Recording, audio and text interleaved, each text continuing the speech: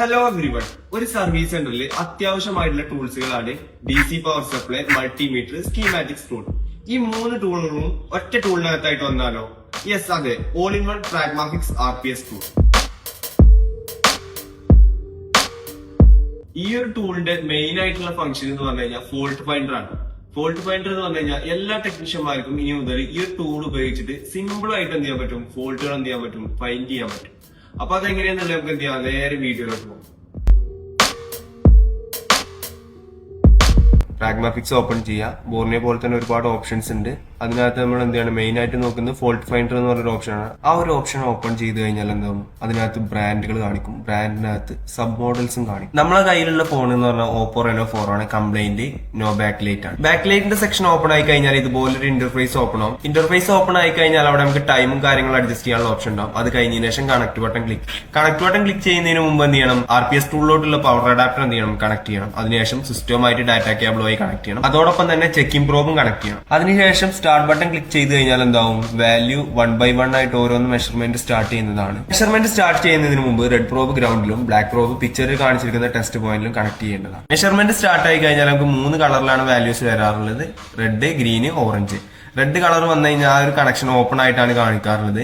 Orange colour വന്നു കഴിഞ്ഞാൽ ആ ഒരു സെക്ഷൻ ഷോർട്ട് ഓർ ലീക്കേജ് ആയിട്ടുണ്ട് എന്നാണ് മനസ്സിലാക്കാറുള്ളത്. ഗ്രീൻ കളർ വന്നു കഴിഞ്ഞാൽ ആ ഒരു സെക്ഷൻ ഓക്കെ ആയിട്ടാണ് നമ്മൾ മനസ്സിലാക്കാറുള്ളത്. ആ ഒരു കളറിനുള്ളിൽ തന്നെ വാല്യൂസ് ഇൻക്ലൂഡ് ആയതുകൊണ്ട് തന്നെ നമുക്ക് എന്ത് ചെയ്യാൻ പറ്റും, ഷോർട്ട് ആണോ ഓപ്പൺ ആണോ ലീക്കേജ് ആണെന്നുള്ളത് സിമ്പിൾ ആയിട്ട് മനസ്സിലാക്കാം. ഷോർട്ട് ആയിട്ട് വന്നിട്ടുള്ള ആ ഒരു ഓറഞ്ച് കളർ വേരിയന്റിൽ വന്ന കണക്ഷൻസിൽ ക്ലിക്ക് ചെയ്യുന്ന സമയത്ത് അവിടെ ഒരു നോട്ട് ഓപ്പൺ ആവുന്നതാണ്. ആ ഒരു നോട്ട് വായിച്ച് നോക്കിയാൽ തന്നെ നമുക്ക് സിമ്പിൾ ആയിട്ട് മനസ്സിലാക്കാൻ പറ്റും ആ ഒരു പാത്തിലെ കമ്പോണൻസോ അല്ലെങ്കിൽ ICO ഷോർട്ട് ആയിട്ടുണ്ടോ.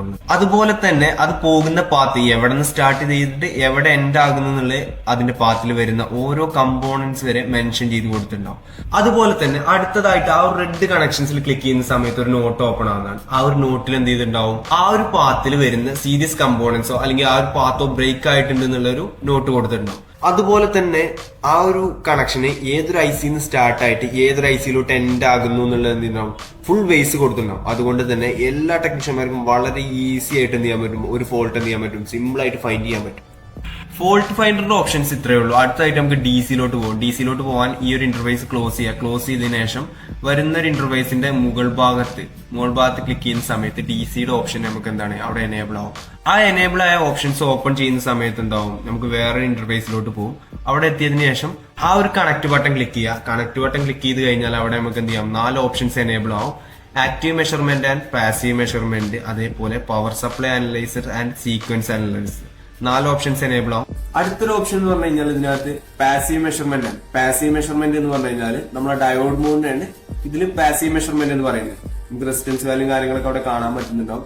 അടുത്തൊരു ഓപ്ഷൻ എന്ന് പറഞ്ഞു കഴിഞ്ഞാൽ ആക്റ്റീവ് മെഷർമെന്റ് ആണ്. ആക്റ്റീവ് മെഷർമെന്റ് എന്ന് പറഞ്ഞു കഴിഞ്ഞാൽ നമ്മുടെ വോൾട്ടേജ് ചെക്കിങ്ങിനാണ് ഈ ഒരു ഇതില് ആക്റ്റീവ് മെഷർമെന്റ് എന്ന് പറയുന്നത്. അടുത്തൊരു ഓപ്ഷൻ എന്ന് പറഞ്ഞാൽ നമ്മുടെ DC പവർ സപ്ലൈ ആണ്. DC സപ്ലൈയിൽ നോർമലി കണക്ട് ചെയ്യുന്ന രീതിയിൽ തന്നെ ഫോൺ കണക്ട് ചെയ്യുക. കണക്ട് ചെയ്തതിനു ശേഷം പവർ ബട്ടൺ പ്രസ് ചെയ്യുന്ന സമയത്ത് എന്താവും, ഫോൺ ഓൺ ആയിട്ട് വരും. അതുപോലെ തന്നെ ആ ഒരു ഫോൺ ഓൺ ആവുന്ന റീഡിംഗ് എന്ത് ചെയ്യുന്നുണ്ടാവും, ഡിജിറ്റൽ ആയിട്ടും അനലോഗ് ആയിട്ടും എന്ത് ചെയ്യുന്നുണ്ടാവും അവിടെ കാണിക്കുന്നുണ്ട്. അപ്പൊ നമ്മുടെ ക്ലാസ് ഇത്രേ ഉള്ളൂ. Thank you.